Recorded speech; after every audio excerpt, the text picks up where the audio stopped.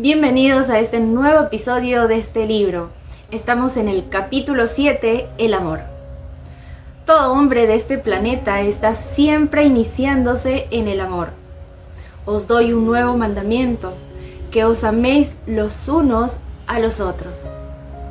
Ouspensky dijo en Tertium Organum que el amor es un fenómeno cósmico que abre al hombre la cuarta dimensión, que es el mundo de las maravillas. El verdadero amor es desinteresado y está exento de todo miedo. Se derrama sobre el objeto de su afecto sin que pida nada a cambio. Su alegría está en la alegría de dar. El amor es Dios que se manifiesta con la gran fuerza magnética del universo. El amor puro, exento de todo egoísmo, atrae a aquello mismo que le pertenece. No busca ni pide nada.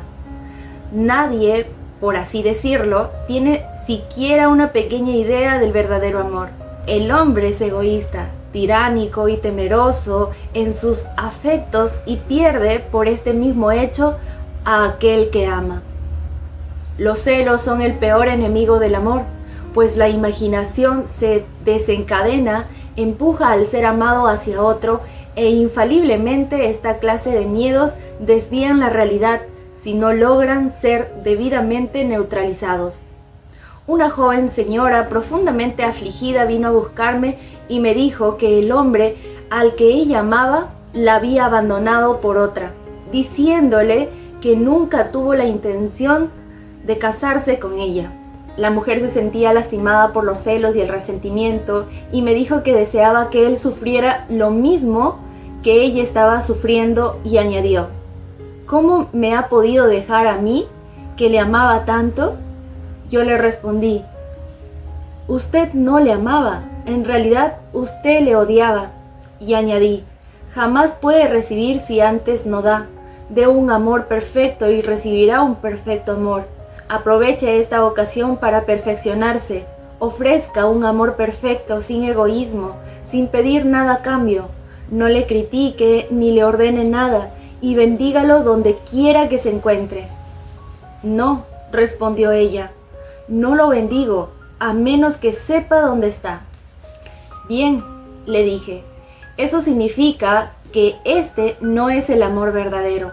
Cuando aprenda lo que es el amor verdadero, ese mismo amor verdadero le será entregado por ese hombre, o bien por otro que será su equivalente, pues es posible que este hombre no sea la selección divina. Usted no lo querrá más, así como es una con Dios, es una con el amor que le pertenecen por derecho divino. Los meses pasaron y las cosas permanecieron como estaban, pero mientras tanto mi amiga trabajaba concienzudamente en ella misma. Yo le dije: cuando desaparezca la crueldad de usted, él también dejará de ser cruel, pues usted la atrae aquí por sus propias emociones. A continuación, le hablé de una fraternidad de la India donde sus miembros no dicen jamás buenos días, sino: yo saludo a la divinidad que hay en usted. Ellos saludan a la divinidad que existe en todo hombre, así como en los animales de la selva, que no pueden jamás causarle daño alguno, pues los miembros de esta fraternidad creen que Dios está presente en todo ser viviente. Luego añadí: salude a la divinidad que hay en ese hombre y diga conmigo: solo veo su ser divino, lo veo tal como lo ve Dios, perfecto, hecho a su imagen y semejanza. Mi amiga comentó más tarde que había encontrado un nuevo equilibrio y así pudo liberarse de su resentimiento. El hombre al que ella amaba era capitán y siempre le llamaba Cap. Un día vino a verme.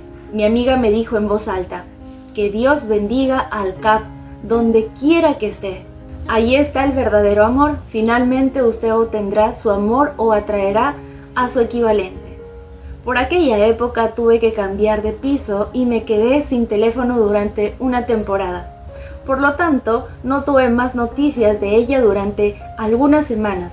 Luego, una mañana, recibí una carta en la que me decía: nos hemos casado. Me apresuré a visitarla y mis primeras palabras fueron: ¿cómo volvió él? ¡Oh!, exclamó ella. Pareció un verdadero milagro. Un buen día me encontraba con la sensación de que todo el dolor me había dejado. Esa misma noche lo encontré y me pidió que me casara con él. Nos casamos unos 8 días después y jamás he visto a un hombre tan enamorado. Un viejo proverbio dice: ningún hombre es tu enemigo, ningún hombre es tu amigo. Todos los hombres son tus propios maestros. Es necesario ser impersonal y aprender de cada uno lo que cada uno tenga para enseñarnos. En resumen, una vez que aprendamos las lecciones, seremos libres. Este hombre enseñó a esta mujer un amor desinteresado que cada persona tarde o temprano debe conocer. El sufrimiento no es necesario para el desarrollo del hombre. El sufrimiento es más bien el resultado de la violación de la ley espiritual, pero son pocas las personas capaces de despertarse del sueño del alma sin sufrimiento. Cuando la gente se siente feliz suele ser, por regla general, egoísta y automáticamente la ley del karma entra en acción. El hombre sufre enseguida la pérdida porque le falta la capacidad para la autocrítica.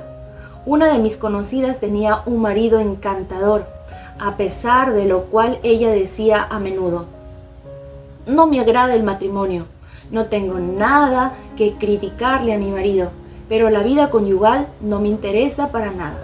Esta persona se interesaba por otras muchas cosas. Apenas se acordaba que tenía un marido. Solo se acordaba de él cuando le veía.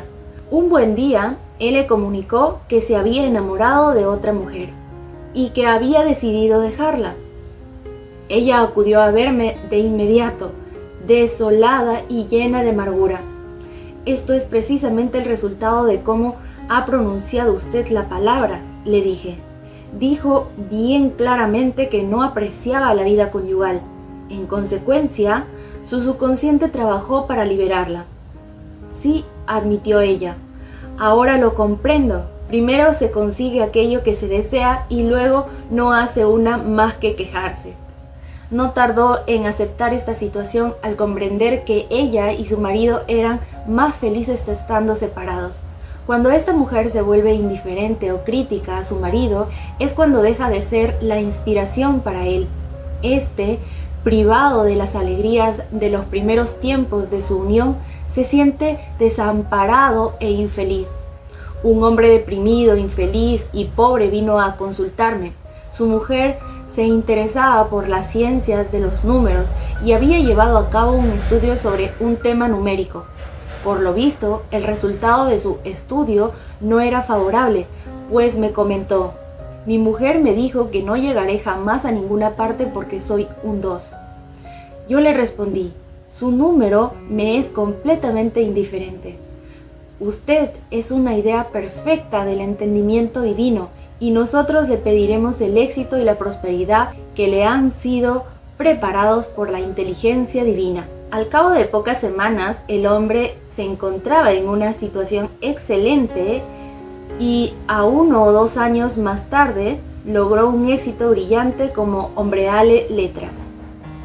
Nadie puede tener éxito en los negocios a menos que los ame. La tela que el pintor pinta por amor al arte es la más bella obra. Es necesario desaconsejar siempre aquello que solo sirve para hacer hervir la marmita. Ningún hombre puede atraer el dinero si lo desprecia. Muchos de los que se mantienen en la pobreza declaran: el dinero no me interesa. Yo no guardo ninguna consideración por los que lo tienen. Aquí está la explicación del por qué muchos artistas son pobres, porque menosprecian el dinero y entonces el dinero se aparta de su camino. Me acuerdo de haber escuchado a un artista decir de un colega: este es un artista sin valor, pues tiene una abultada cuenta en el banco. Esta actitud mental separa al hombre de sus riquezas. Para atraer una cosa hacia sí, sea cual fuere, es necesario estar en armonía con ella. El dinero es la manifestación de Dios que nos libera de la necesidad y de las restricciones, pero debe mantenerse en circulación y ser utilizado para buenas finalidades. Atesorar y ahorrar atraen consigo reacciones fuertemente desagradables. Eso no significa, sin embargo, que no se deben poseer inmuebles, tierras, acciones y obligaciones, pues los graneros de los justos están llenos, pero no debemos ser ahorrativos si se nos presenta una ocasión para gastar o si el dinero fuera necesario para algo. Al dar libre curso al dinero que tenemos, al hacerlo sin miedo y alegremente, se abrirá la vía que traerá más, pues Dios es nuestra más infalible e inagotable riqueza. Aquí está la actitud espiritual que debemos tener en relación con el dinero y el gran banco del universo. No fallará jamás. Una película titulada Greed, Avidez, nos ofrece un buen ejemplo de avaricia. La heroína de la historia ganó $5,000 en una lotería, pero no quería gastarlos. Amontonó y ahorró, dejando sufrir y morir de hambre a su marido, quien terminó viéndose obligado a buscar en la basura para sobrevivir. Amar el dinero por sí mismo, se colocó en el lugar más bajo de todos. Una noche ella fue asesinada y le robaron todo su dinero. Aquí encontramos un buen ejemplo en el que el amor por el dinero es la base de todos los males. El dinero en sí es bueno y beneficioso, pero cuando se lo utiliza con finalidades destructivas, cuando se lo acumula y atesora, o bien cuando se lo considera como más importante que el amor, se convierte en una verdadera causa de la enfermedad, de la tristeza y, finalmente, de la pérdida del propio dinero.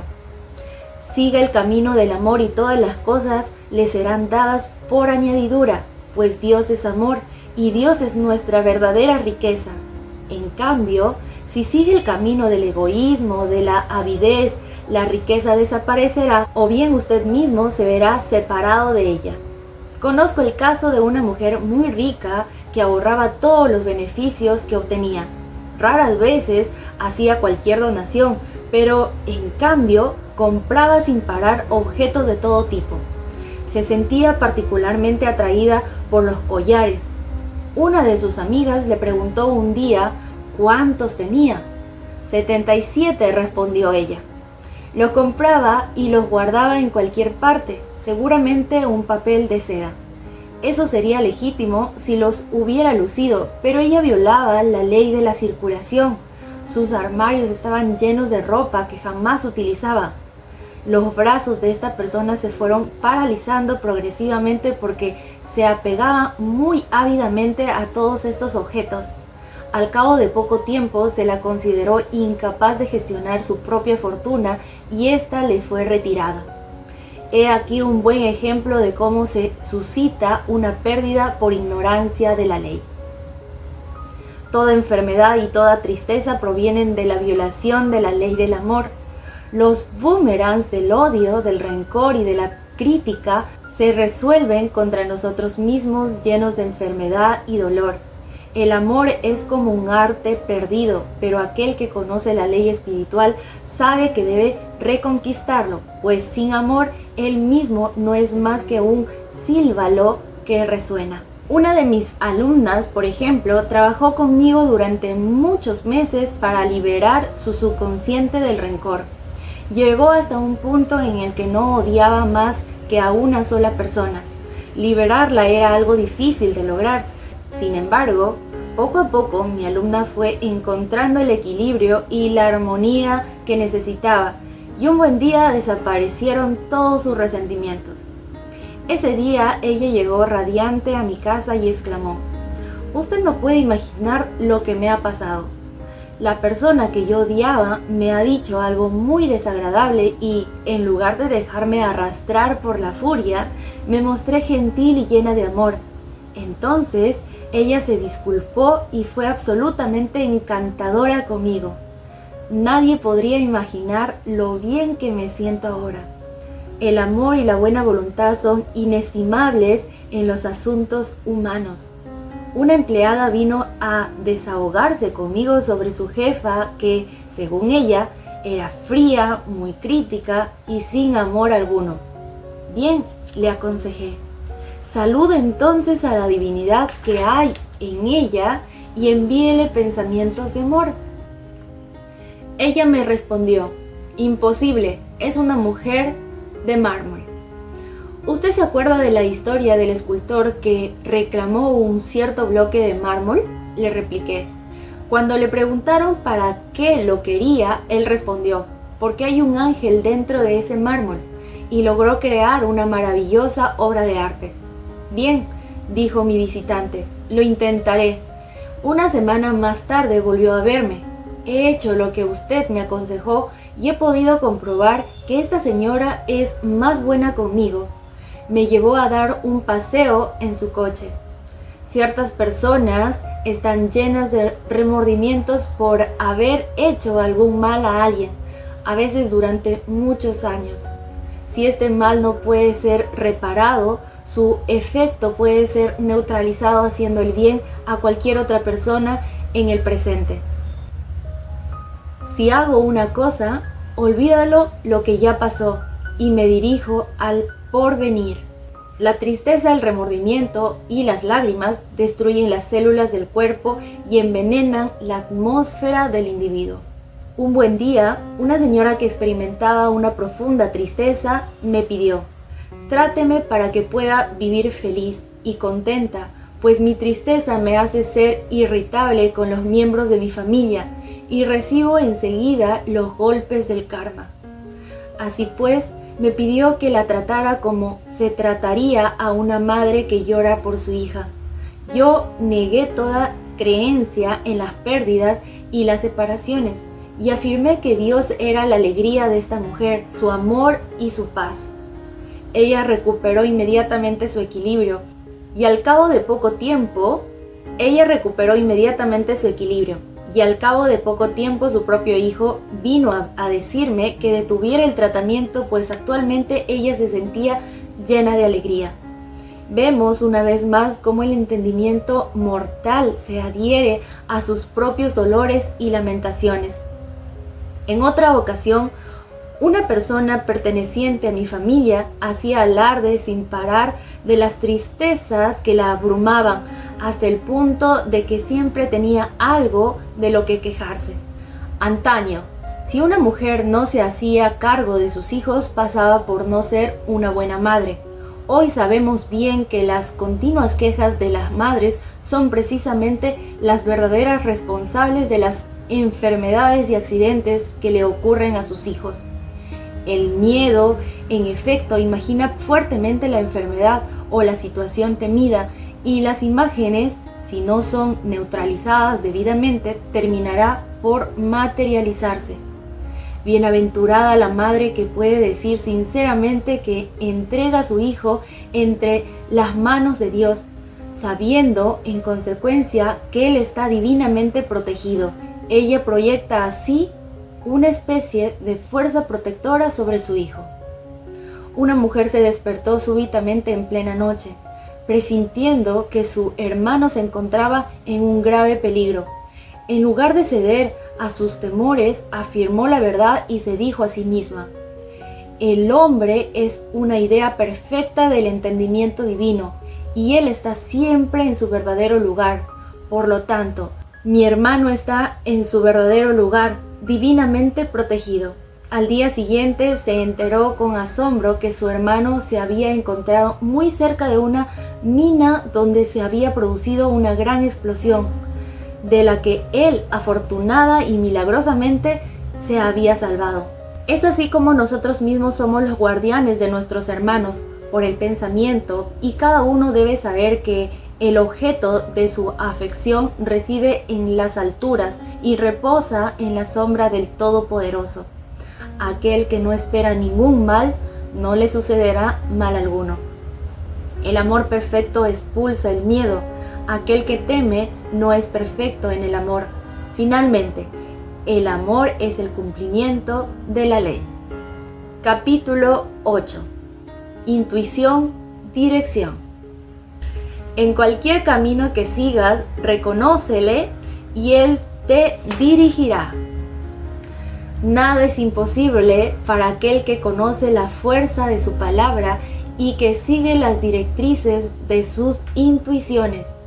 Por la palabra hace entrar en acción las fuerzas invisibles y puede restaurar su cuerpo y transformar sus negocios. Es por lo tanto muy importante elegir las palabras adecuadas y las afirmaciones que vamos a proyectar en lo invisible. Aquel que se dedica al estudio de la ley espiritual sabe que Dios es su riqueza, que la abundancia divina responde a todas las demandas y que la palabra le permite surgir. Pedid y recibiréis. El hombre debe dar el primer paso. Aproxímate a Dios y Él se aproximará a ti. Si alguien me pregunta qué se debe hacer para que se produzca una demostración, le respondo: pronuncie la palabra y no haga nada hasta que usted tenga una directriz precisa. Pida una indicación y diga: Espíritu infinito, guíame y hazme saber si hay alguna cosa que yo deba hacer. La respuesta vendrá por intuición, una reflexión de alguien encontrada quizá en las páginas de un libro, etc.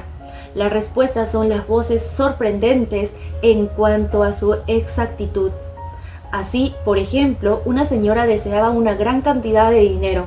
Ella pronunció estas palabras: Espíritu infinito, abre la vía que traerá hacia mí la abundancia, que todo lo que es mío por derecho divino venga inmediatamente con profusión. Luego añadió: dame una indicación precisa, hazme saber de cualquier cosa que yo necesite hacer. Enseguida apareció en su cabeza este pensamiento: dale a cierta amiga que le había ayudado espiritualmente $100, pero tuvo otro que le decía: espera a recibir otra indicación antes de hacerlo. Esperó y entonces en el mismo día encontró a una conocida que en el curso de una conversación le contó: hoy he dado $1 a una persona, para mí es lo mismo que si usted hubiera dado 100. Esta es una buena indicación. Ella estaba segura de que tenía razón en lo de dar los $100. Esta donación se reveló como un empleo excelente, pues poco tiempo después le llegó de una manera sorprendente y extraordinaria la suma grande de dinero. Dar es lo que abre la puerta para recibir. Para crear verdadera actividad en los asuntos financieros hay que dar. El diezmo, es decir, la ofrenda de la 10ª parte de los ingresos, es una vieja costumbre judía que jamás ha dejado de suscitar la abundancia. Son muchos los que entre los más ricos de este país tienen la costumbre de ofrecer el diezmo. No conozco ninguna otra inversión mejor que esta. Recuperamos esta 10ª parte bendecida y multiplicada, pero la donación deberá ser hecha con amor y alegría, pues Dios ama al dador alegre. Las fortunas deben ser pagadas voluntariamente. Todo dinero debe ser entregado sin miedo y será acompañado por una bendición. Esta actitud del espíritu convierte al hombre en dueño del dinero, que entonces se convierte en su servidor, y la palabra que pronuncia abre las vastas reservas de la riqueza. Es el hombre mismo quien, debido a su visión limitada, limita su abundancia. A veces un estudiante que ha logrado una gran realización de riqueza tiene miedo de actuar. La visión y la acción deben caminar juntas, como en el caso del señor que deseaba comprar el abrigo de piel. Una consultante vino a pedirme que pronunciara la palabra en favor de una situación determinada. Yo le dije: Espíritu infinito, abre la vía para la situación que convenga a esta persona. No pida jamás una situación, sino la situación justa, es decir, aquella que ya está preparada en el plan divino, pues solo ella podrá proporcionarle satisfacción. Luego di gracias por aquello que ya se había recibido y para que la situación se manifestara rápidamente. Poco después, a esa persona le fueron ofrecidas 3 oportunidades, 2 en Nueva York y otro en el Palm Beach. y ella no sabía con cuál quedarse. Yo le dije, pida una dirección precisa. La fecha límite para la respuesta estaba a punto de caducar y ella no había tomado todavía una decisión. Entonces, un día me llamó. Desperté esta mañana, me dijo, y tuve la impresión de sentir el perfume de Palm Beach.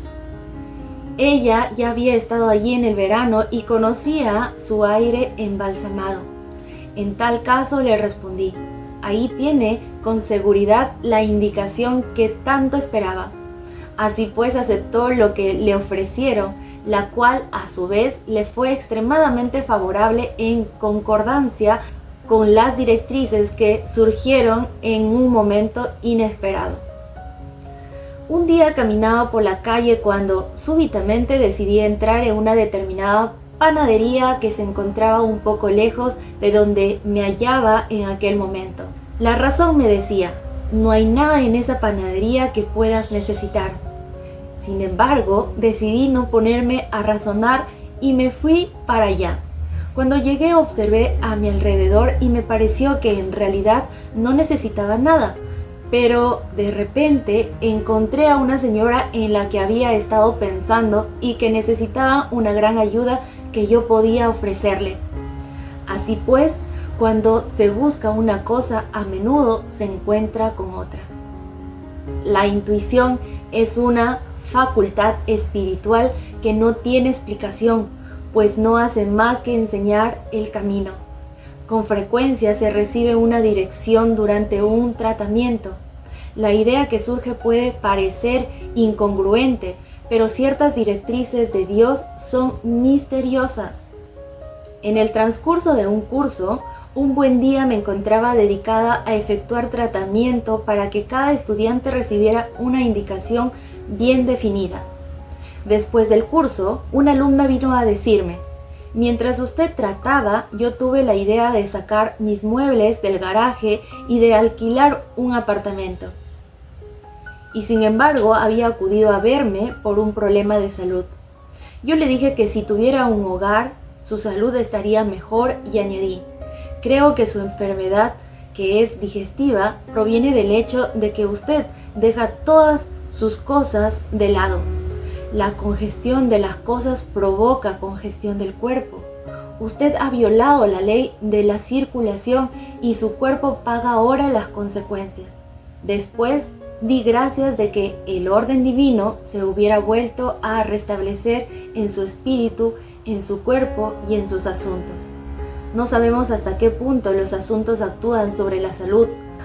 Toda enfermedad comporta una correspondencia mental. Una persona puede curarse instantáneamente cuando comprende que su cuerpo es una idea perfecta del entendimiento divino y en consecuencia que está sana y es perfecta. Pero si continúa pensando de una manera destructiva y es avara, si odia, si teme, si condena, la enfermedad se reproducirá.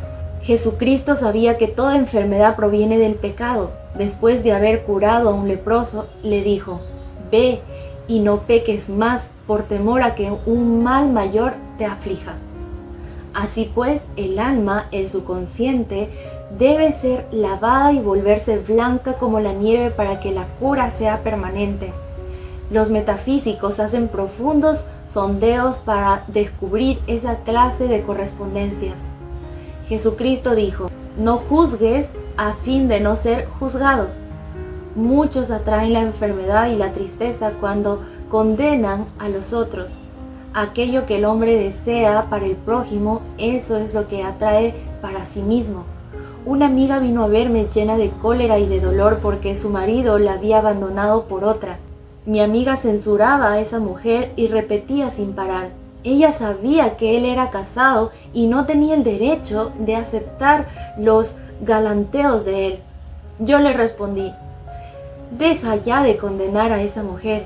En lugar de eso, bendícela y termina con esta situación, porque si no lo haces, atraerás lo mismo sobre ti. Ella hizo oídos sordos a mis palabras y 1 o 2 años más tarde ella misma se enamoró de un hombre casado. Cuando se critica o se condena, es como si el hombre estuviese enchufado a un cable de alta tensión. Lo mínimo que puede esperar es un calambrazo. La indecisión es una piedra de obstáculos en su camino. Para superarla, repita sin cesar: yo siempre tengo la inspiración directa y tomo rápidamente las buenas decisiones. Estas palabras impresionan al subconsciente y no se tarda en encontrar la actitud alerta y verse despojado de toda duda. Aprendí que puede ser nefasto buscar esta directiva en el plano psíquico, pues en este plano hay numerosos espíritus y no un espíritu único. A medida que el hombre abre su espíritu a la subjetividad, se convierte en blanco de las fuerzas destructivas. El plano psíquico es el resultado del pensamiento mortal, es el plano de las oposiciones. En él recibimos los mensajes tanto buenos como malos. La ciencia de los números, los horóscopos, mantienen al hombre en el plano mental o mortal, pues no se ocupan más que de la vía kármica. Conozco a un señor que, según su horóscopo, debía estar muerto desde hace algunos años. Él se encuentra bien y dirige uno de los mayores movimientos de su país para el bien de la humanidad. Para neutralizar una predicción nefasta hay que poseer una gran fuerza mental. El estudiante debe declarar: toda predicción falsa será inhabilitada, todo plan que no viene de mi Padre Celestial será eliminado y se disipará. La idea divina se realiza ahora. Sin embargo, si recibimos un buen mensaje, un mensaje que anticipe la felicidad o la fortuna, debemos acogerlo y esperar su realización, lo que contribuirá a producir su manifestación. La voluntad humana debe servir para sostener la voluntad divina. Yo quiero que la voluntad de Dios sea hecha. La voluntad de Dios es conceder a cada uno los deseos legítimos de su corazón, y la voluntad del hombre debe ser empleada para mantener sin la menor vacilación una visión que debe ser perfecta. El niño prodigio declaró: yo me levantaré e iré en dirección a mi Padre. A veces es necesario realizar un esfuerzo de voluntad para abandonar la algarroba y los cerdos del entendimiento humano. Para el común de los mortales es mucho más fácil temer que tener fe. La fe es un esfuerzo de la voluntad.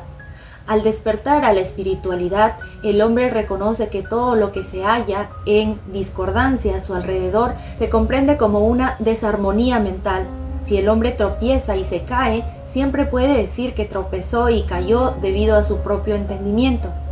Un día, una de mis alumnas salió por la calle, sumida en unos pensamientos en los que se dedicaba a condenar a alguien. Se decía a sí misma: esta mujer es la más desagradable de la tierra.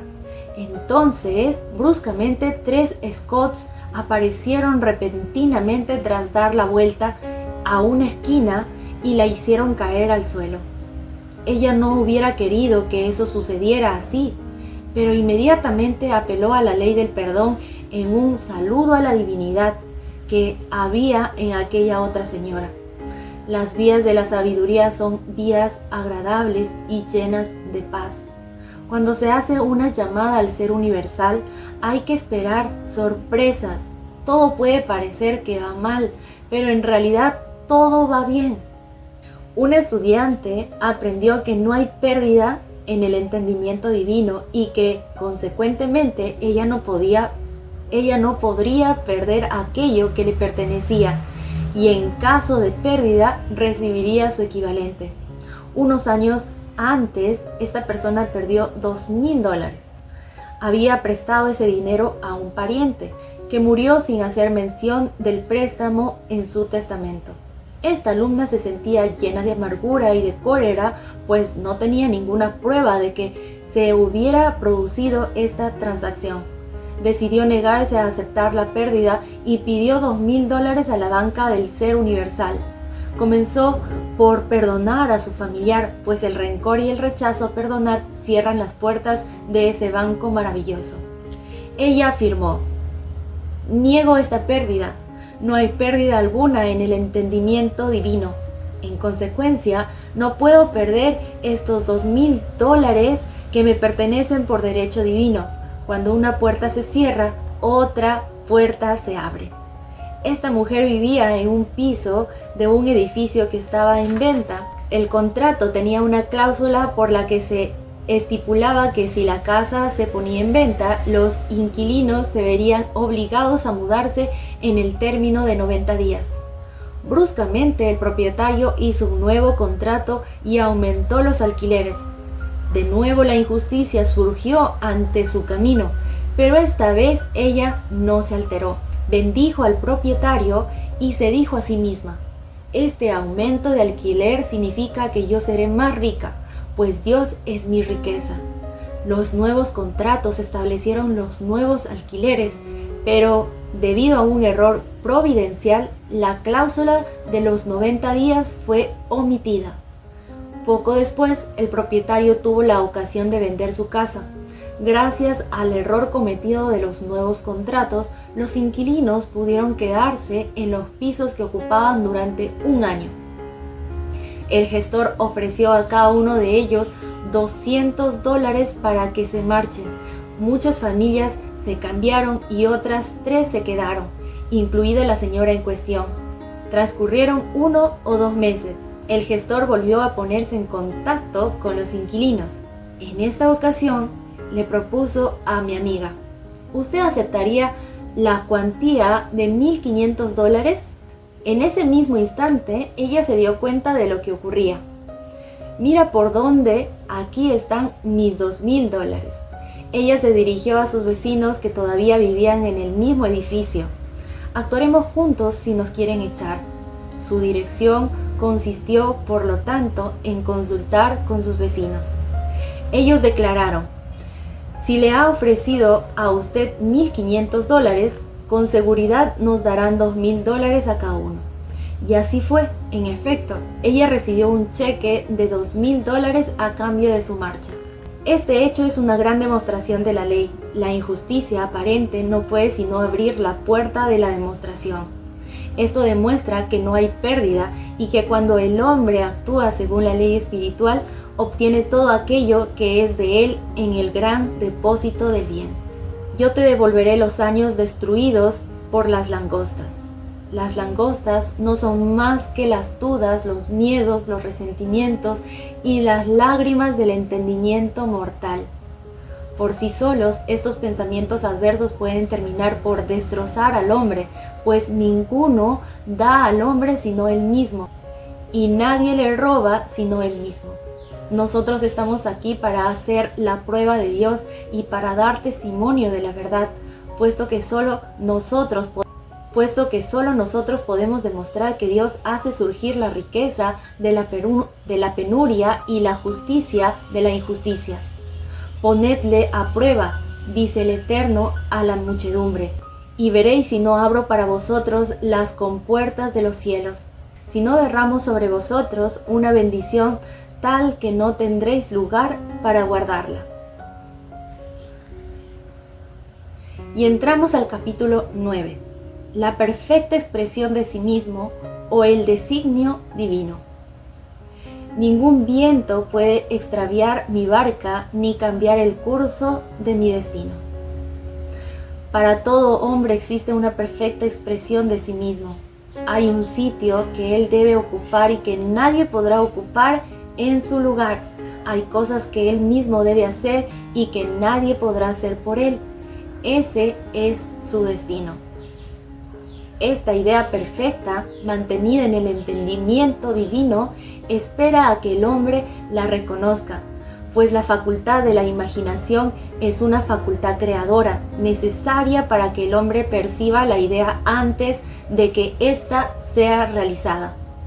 Así pues, el llamamiento más elevado que puede recibir el hombre se refiere al designio divino de su vida. Es posible que no tenga ni la menor idea de ello, pero lo cierto es que puede tener profundamente escondido en sí mismo algún talento maravilloso. Su llamamiento deberá ser: Espíritu Divino, abre la vía para que se manifieste el designio divino de mi vida, que el genio que existe en mí sea liberado, que pueda comprender con toda claridad el plan perfecto. El plan perfecto comprende la salud, la fortuna, el amor y la perfecta expresión de sí mismo. Ahí está la cuadratura de la vida que trae consigo la felicidad perfecta. Después de haber hecho este llamamiento, grandes cambios pueden producirse en la vida de una persona, pues todos los hombres están lejos del designio divino. Conozco el caso de cierta persona. Parecía como si un ciclón hubiera desviado todos sus asuntos, pero estos se reorganizan rápidamente y nuevas y maravillosas condiciones no tardan en sustituir a las viejas. La expresión perfecta de sí mismo no se manifestará nunca como una tarea ingrata, pero tendrá un interés tan absorbente que parecería como si se tratara de un juego. Aquel que se inicia a la verdad también sabe que al penetrar en un mundo donde Dios dirige las finanzas, la riqueza necesaria para su más perfecta expresión estará al alcance de su mano.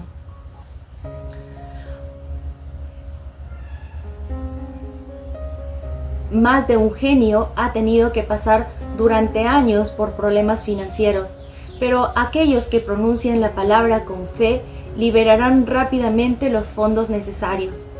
¿Quiere ver un ejemplo de ello? Después de un curso, un estudiante acudió a verme y me enseñó 1 centavo. Entonces me dijo: solo tengo 7 centavos y le daré a usted, pues tengo fe en el poder de su palabra. Le pediré que pronuncie la palabra para mi perfecta expresión y mi prosperidad. Así pues, pronuncié la palabra y no volví a saber nada de él durante 1 año. Finalmente regresó un día con aspecto de sentirse perfectamente feliz, en pleno éxito, con una cartera llena de billetes de banco. Me dijo enseguida: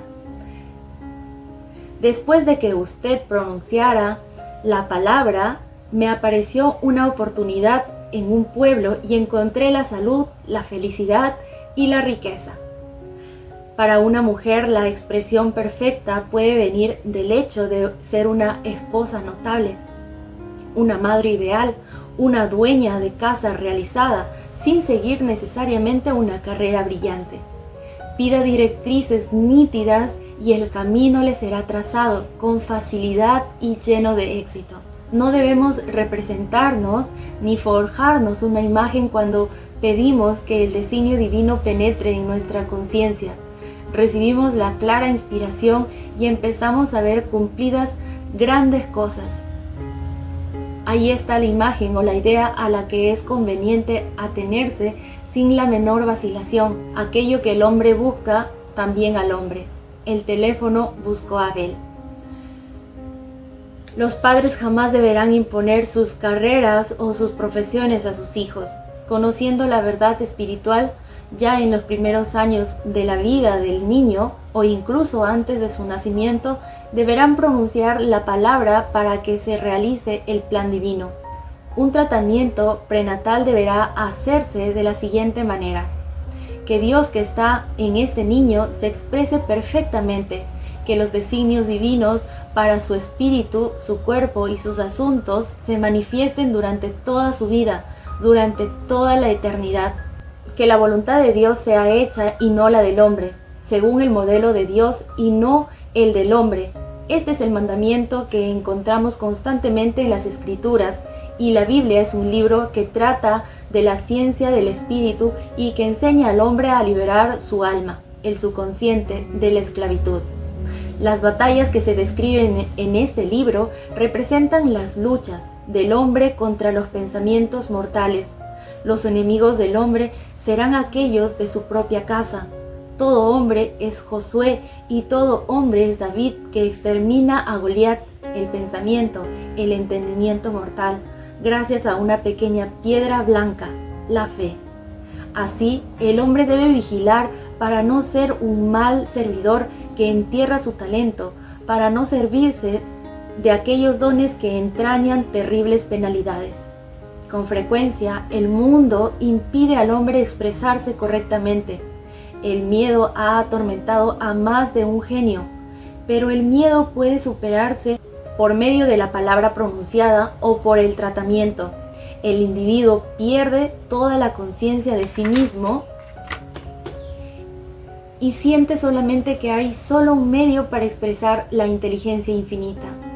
Se encuentra entonces bajo la inspiración directa, liberado de todo miedo, lleno de confianza, pues siente al Padre que hay en él y que actúa. Un joven asistía con frecuencia a mi curso en compañía de su madre. Me pidió que pronunciara la palabra para un examen al que iba a tener que someterse. Yo le aconsejé que hiciera esta afirmación: estoy unido a la inteligencia infinita, sé todo lo que debo saber sobre esta asignatura,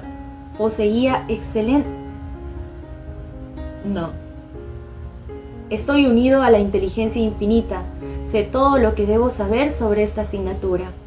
Poseía excelentes conocimientos de historia, pero no estaba muy seguro de sus conocimientos en aritmética. Tuve la ocasión de verle poco tiempo después. Pronuncié la palabra para la aritmética y recibí una de las mejores notas, pero me fié de mí mismo para la historia y mis notas fueron muy bajas. El hombre recibe un golpe cuando está muy seguro de sí mismo, pues ha puesto toda la confianza en su personalidad y no en el Padre que está en él. Otra de mis alumnas me dio el siguiente ejemplo. Un verano hizo un largo viaje visitando numerosos países cuya lengua ignoraba. A cada instante pedía las directrices y la protección divinas, y todo se resolvía milagrosamente. Sus equipajes jamás se retrasaron ni se perdieron. Siempre encontraba los mejores hoteles y todo le fue perfectamente servido. Regresó a Nueva York, donde, al conocer la lengua, pensó que Dios ya no era necesario e hizo sus cosas sin rogarle más. Todo le salió mal. Sus equipajes se perdieron en medio de la agitación y del desorden. El estudiante de metafísica debe tener la costumbre de practicar la presencia de Dios a cada minuto. Reconócele en todas las directrices, porque nada es insignificante ni demasiado importante. A veces, un incidente pequeño puede transformar toda una vida. Robert Fulton, que se hallaba mirando hervir dulcemente el agua en una tetera, se imaginó un buque transatlántico. He visto con frecuencia a un estudiante retrasar su demostración por su resistencia o bien porque él mismo quería elegir su camino. De esta manera limitaba su fe y paralizaba la manifestación. Mis caminos y no tus caminos. Ordena la inteligencia infinita. En el caso de cualquier clase de energía, ya se trate del vapor o de la electricidad, es necesario un instrumento que no ofrezca ninguna resistencia, y este instrumento es el hombre. Constantemente las escrituras le aconsejan al hombre que esté tranquilo. Oh Judá, no tengas miedo, pero mañana sal a su encuentro, pues el Señor estará contigo. No tendrás que combatir en esta batalla. Relájate, ten tranquilidad y contempla la liberación del Señor que está contigo. Así lo constatamos en el caso anterior, en el que una señora recibió del propietario del inmueble donde vivía sus $2,000 cuando ella adoptó una actitud no resistente y de una fe imperturbable. Y también en el caso de aquella otra que ganó el amor del hombre al que amaba, cuando hubo cesado todo sufrimiento. El objetivo del estudiante en metafísica es el equilibrio, el dominio de sí mismo. El dominio de sí mismo es su fuerza, pues da a la fuerza a Dios la posibilidad de fluir a través del hombre, a fin de actuar según su bien querer. Dueño de sí mismo, el estudiante piensa claramente y toma rápidamente las decisiones correctas. La suerte no le falta nunca. La ira altera la visión, envenena la sangre, es la causa de enfermedades y de decisiones que conducen al desastre. La ira suele incluirse entre los pecados capitales, tanto en cuanto a sus reacciones como en cuanto a sus efectos maléficos. El estudiante aprende que en metafísica la palabra pecado tiene un sentido mucho más amplio que aquel que se enseñaba antiguamente. todo lo que es contrario a la fe es pecado. Se da cuenta de que el miedo y la inquietud son pecados mortales. Es la fe a la inversa, ya que por medio de las imágenes mortales desafonadas provoca precisamente aquello que rechaza. Su trabajo consiste en rechazar a sus enemigos más allá del subconsciente. Cuando el hombre esté exento del miedo, será perfecto. Pero como dijo Maeterlinck, el hombre tiene miedo de Dios. Así pues, tal y como hemos visto en los capítulos anteriores, el hombre no puede vencer el miedo más que enfrentándose a aquello que lo asusta. Cuando Josafat y su ejército se preparaban para salir al encuentro del enemigo, cantó: «Loado sea el Señor, pues su misericordia dura por toda la eternidad». Se dio cuenta entonces de que sus enemigos se estaban matando los unos a los otros y que ya no quedaba nadie contra quien combatir. Una persona había pedido a una de sus amigas que transmitiera un mensaje a una tercera persona. Esta amiga temía dar ese paso, pues la razón le aconsejaba: no te pelees por este asunto y no te hagas responsable de este encargo. Se sentía bastante inquieta, a pesar de haber pronunciado su palabra. Finalmente decidió afrontar a León e hizo un llamamiento a la ley de la protección divina. Se encontró entonces con la persona a la que le debía comunicar el mensaje que se le había encargado.